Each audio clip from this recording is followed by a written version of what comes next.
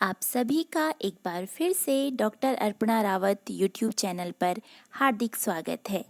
आज का यह वीडियो कक्षा 11 के लिए है और आज के इस वीडियो में आप समझेंगे कविता वे आँखें के प्रश्न उत्तर। पहला प्रश्न है, अंधकार की गुहा सरीखी उन आँखों से डरता है मन।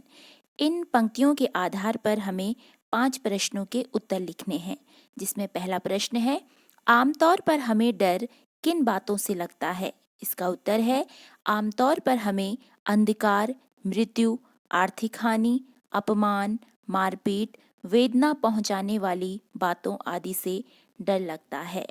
प्रश्न ख है, उन आँखों से किसकी ओर संकेत किया गया है।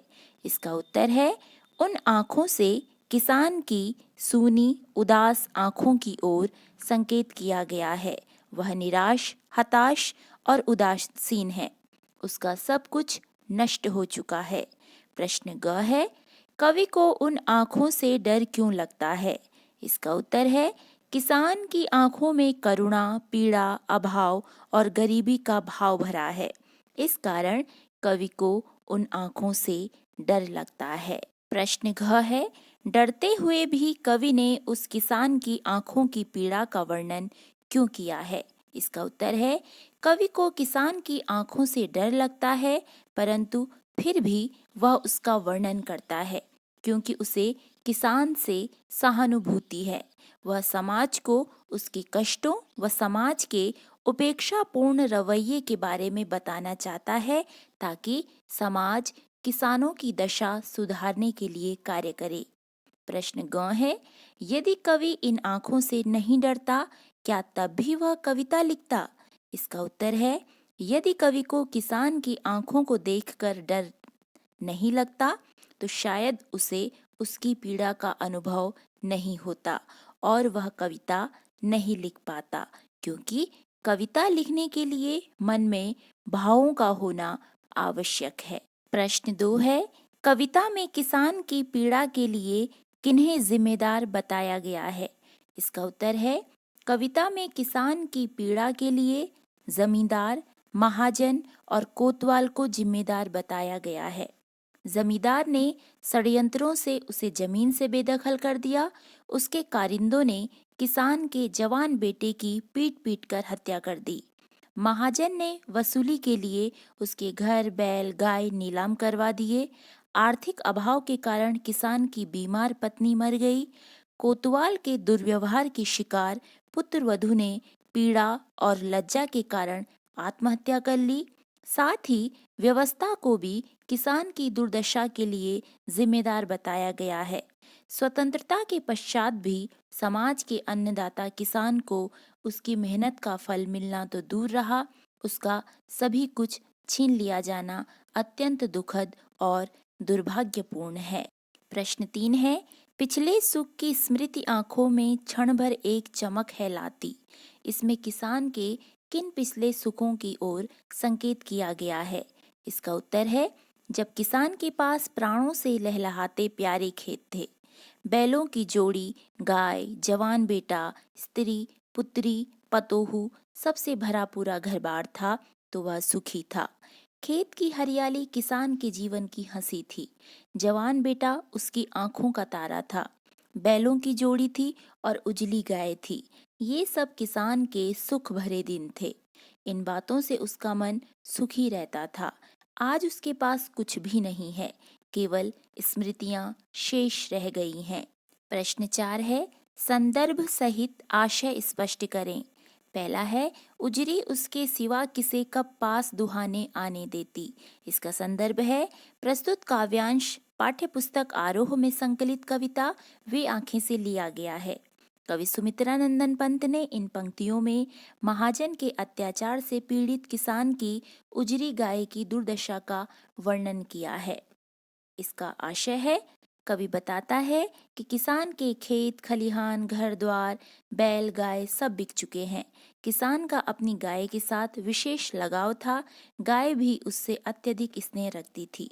वह उसके बिना किसी और को दूध दुहने नहीं देती थी।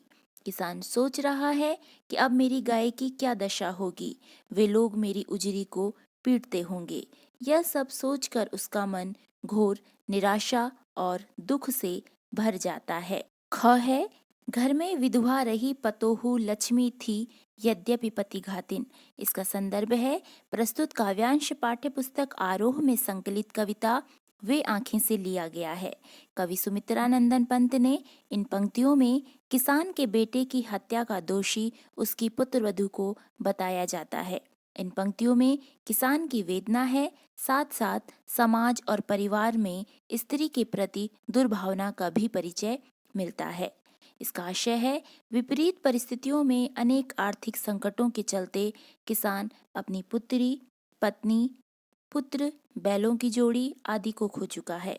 अब उसके घर में केवल उसके मृत पुत्र की विधवा बहू बची है। घर की लक्ष्मी बहू को आज समाज पति को मारने वाली कहकर अपमानित कर रहा है। समाज में विधवा के प्रति नकारात्मक दृष्टिकोण दर्शाया गया है। ग है, पिछले सुख की स्मृति आंखों में क्षण भर एक चमक है लाती, तुरत शून्य में गड़ वह चितवन तीखी नोक सदृश बन जाती।